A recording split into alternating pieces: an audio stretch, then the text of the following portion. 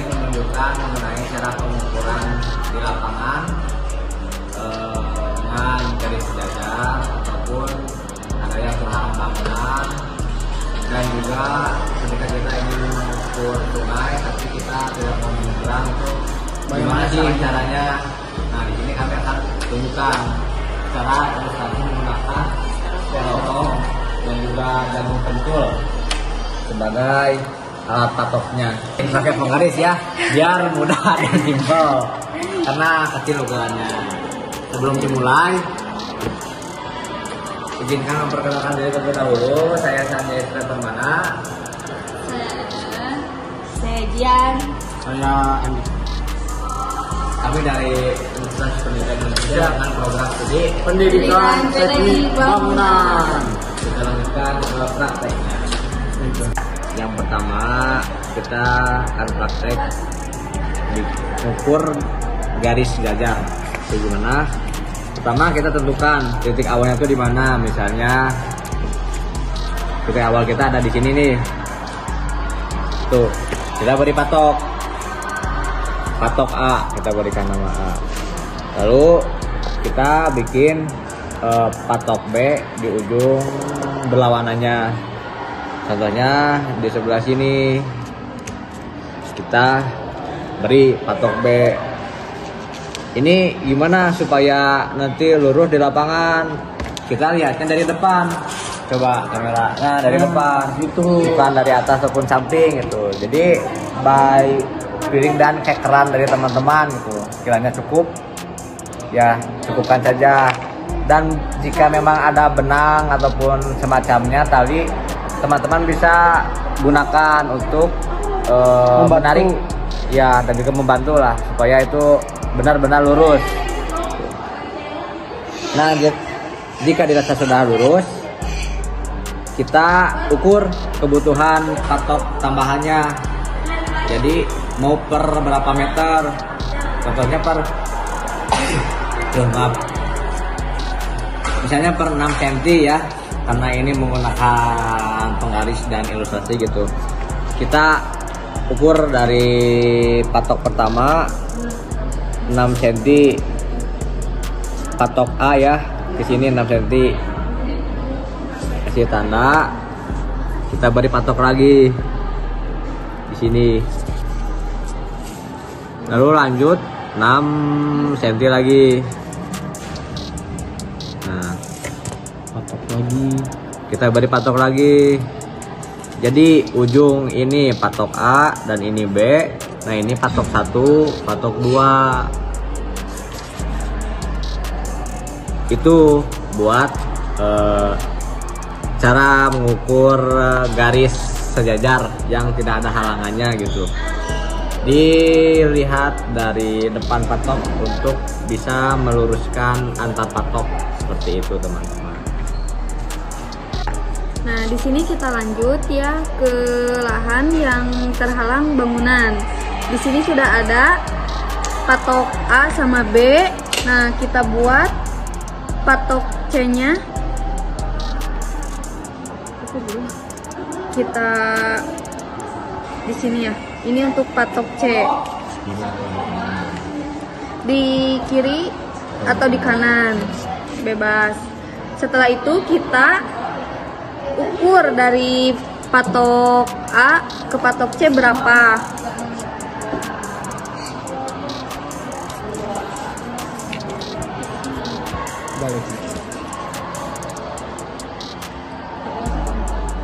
Nah, di sini ada 15, kita bagi 2. 7,5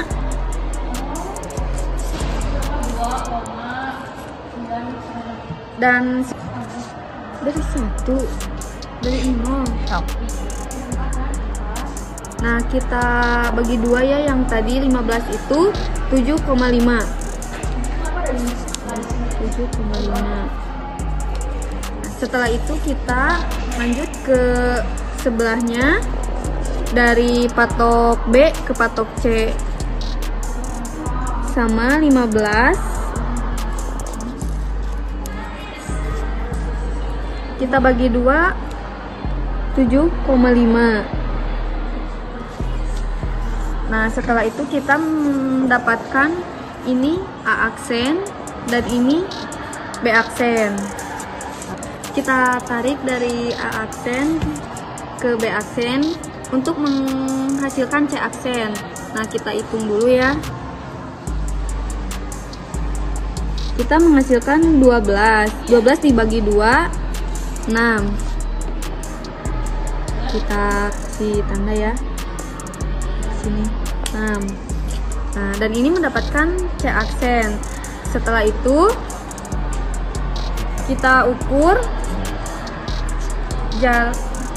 jarak patok C ke C aksen berapa.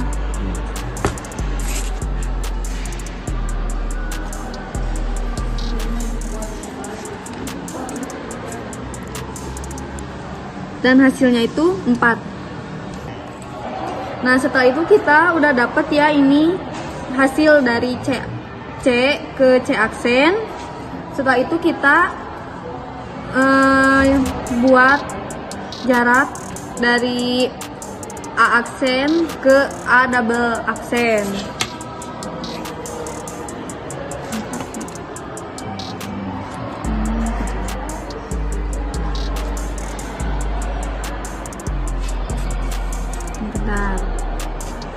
Nah, kita ini keempat ya.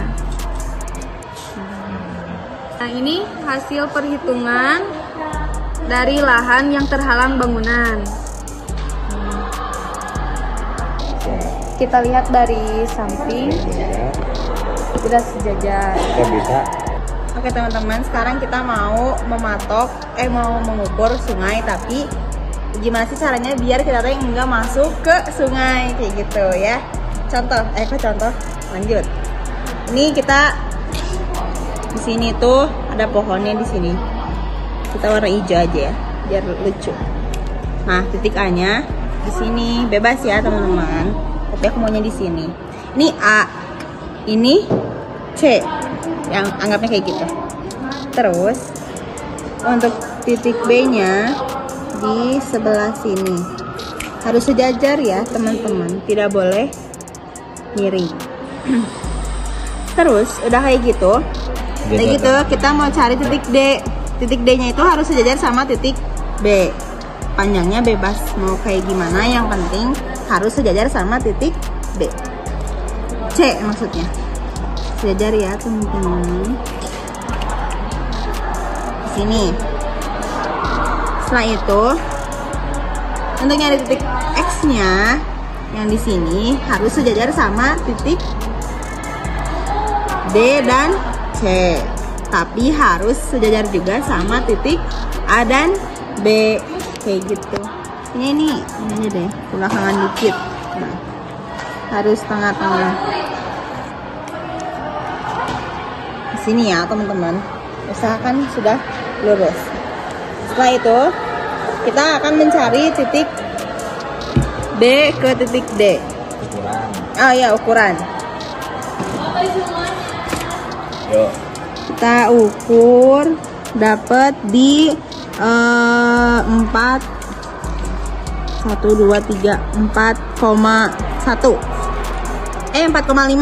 Sorry, 4,5.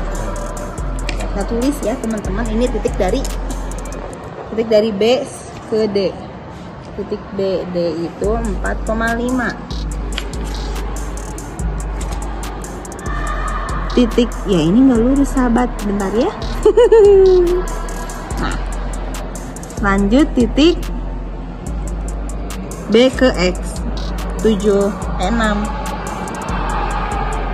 Apa ini tuh titik apa sih?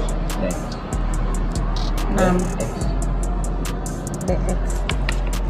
Terus titik susah gimana ya? Jadi nah titik A ke X ini itu 16 nya buletin. Kita udah ketemu nih titik B, D, DX, AX. Itu berapa? Setelah itu kita untuk mencari tahu A ke C-nya itu kayak gimana? Rumusnya adalah BD ya per BX. Terus sama dengan ini apa namanya?